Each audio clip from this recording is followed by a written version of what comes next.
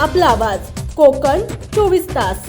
रत्नागिरी जिल्ह्याच्या गुहागर विधानसभा मतदारसंघाचे उद्धव बाळासाहेब ठाकरे पक्षाचे आमदार भास्कर जाधव हे दिलदार विरोधक असल्याचं स्पष्ट आणि परखड मत महाराष्ट्र राज्याचे उद्योग आणि मराठी भाषा मंत्री तथा रत्नागिरी जिल्ह्याचे पालकमंत्री डॉक्टर उदय सामंत यांनी व्यक्त केले।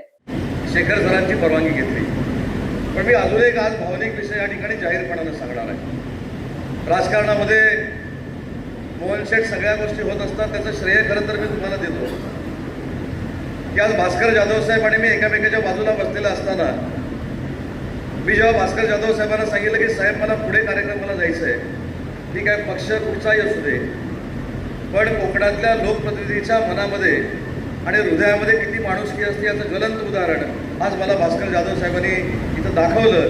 त्यांनी मला असं सांगितलं की तू कार्यक्रमाला जाणार आहेस, लवकर जा, परंतु ह्याच्या पुढं हेलिकॉप्टरनं आणि विमानाने फिरत असताना पूर्ण काळजी घेऊन त्या विमानातनं आणि हेलिकॉप्टरमधनं फिर, हे सांगणारा दिलदार विरोधक देखील आमच्या जिल्ह्यामध्ये आहे।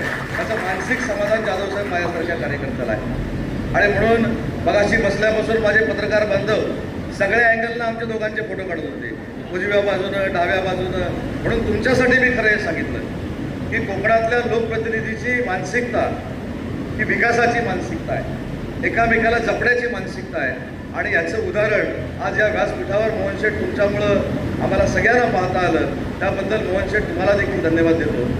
आणि मोहन शेठ आणि सगळी मंडळी जेव्हा मला भेटायला आली, साहेब कुजबूज अशी होती की आपण सगळे व्यासपीठावर येणार आहोत। मोहन शेट्टी सांगितलं की गुढीपाडव्याच्या दिवशी मला उद्घाटन करायचं आहे, पण त्यांची अडचण मी एका मिनिटात संपवून टाकली। चिपळूण येथील एका खासगी बँकेच्या उद्घाटन कार्यक्रमात बोलताना पालकमंत्री उदय सामंत यांनी आमदार भास्कर जाधव यांना दिलदार विरोधक असे संबोधले असल्याने चर्चेला उधाण आले आहे। दरम्यान ज्या बँकेच्या उद्घाटन कार्यक्रमासाठी पालकमंत्री उपस्थित होते तेथे आपले मनोगत व्यक्त करताना अनेक बँका पुढाऱ्यांना कर्ज देताना मात्र हात आकडता घेतात असे म्हटले आणि बँकांनी असे करू नये कारण माझ्या सहित अनेक पुढाकारी पण उद्योजक आहेत असे पालकमंत्री डॉक्टर उदय सामंत म्हणाले। तुम्ही शेट टाकली की नाही, मी स्पष्ट सांगितलं की मी उद्घाटनाला येत असताना तुमच्या मनामध्ये जर काही भास्कर जाधव साहेब येतील की नाही, शेखर सर येतील की नाही, माझ्याबरोबर ते सगळे उद्घाटनाला असले पाहिजेत, अशा पद्धतीची भूमिका उमेश शेठ मी तुम्हाला सांगितली। हा आपला कोकणाचा राजकीय संस्कार आहे असं मी मानतो। आणि पुन्हा एकदा एखाद्या चांगल्या कामासाठी आम्ही सगळे पक्षाचे लोक एकत्र येतो, सगळे त्या सिस्टीमला पुढे नेण्यासाठी प्रयत्न करतो। हे पुन्हा एकदा महाराष्ट्रातलं उदाहरण आम्ही कोकणात आणि विशेषतः चिपळूणमध्ये घालून दिलं आणि ते घालण्यासाठी सगळेच लोकप्रतिनिधी या व्यासपीठावर उपस्थित राहिले, त्याबद्दल मी मनापासून त्यांना देखील धन्यवाद देतो। मोहन शेठ ज्या कार्यालयाचं उद्घाटन झालं असं जाहीर करतो, पण निवडणूक आल्यानंतर निवडणुकीसाठी जर काही कर्ज लागलं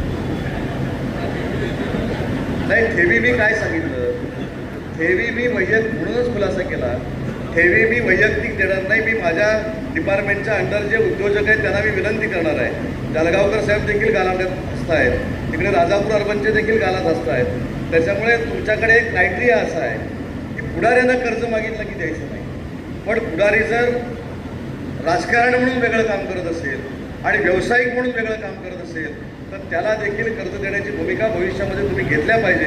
याचं कारण असं आहे कारण पुढारी आहे म्हणजे तो कर्ज ठकवणारच आहे, असं जर बँकांना काय वाटत असेल ते फार चुकीचं आहे। मी असेल, जाधव साहेब असतील, शेखर निकम सर असतील, आमचे देखील वेगवेगळे व्यवसाय आहेत। आणि म्हणून जर तुम्ही बँकावाले जे क्रायटेरिया लावता की एखाद्यानं लोकप्रतिनिधीनं कर्ज मागितलं की ऑलरेडी फुलीच, तर तसं काय करू नका। पुढच्या विधानसभेला मी तुमचा अनुभव घेतो, म्हणजे मी जर सांगितलं मी सांगितलं आज व्यासपीठ असं आहे की तुम्ही देताच आहेत, पण अनेक बँका व्यासपीठावर आहेत, हो लेखी बोले सुने लागे असं त्याचा अर्थ आहे। तर तुम्ही वैयक्तिक घेऊ नका, पण आजचा हा कार्यक्रम नजर लागण्यासारखा कार्यक्रम आहे आणि म्हणून या कार्यक्रमाला तुम्ही मला बोलवलं, माझा मान सन्मान केला, त्याबद्दल मी मनापासून आपले आभार मानतो। पुढच्या कार्यक्रमाला जायची असल्यामुळं सगळ्यांची दिलगिरी व्यक्त करून आपल्या सगळ्यांची परवानगी मागतो आणि सांगतो जय हिंद, जय महाराष्ट्र। समंदर की गोद में पला है तू, अंगड़ाई लेते ही लहरें शुरू। आज यौवन की मस्ती छोड़, ले चलता हूं तुझे एक नए मोड़। आजा, तुझे माँ पुकारे अब। छेड़ देते हैं बीच से कुछ शरारत हंसी, गले लगा ले उसे ए फकीर। इंतजार कर रहा है तेरा तो, चल दे देते हैं उसे फसल की खूबसूरती तो।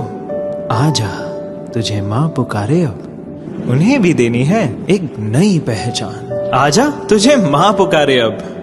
फिनोलेक्स पाइप्स पहुंचाए पानी को अपनी माँ के पास।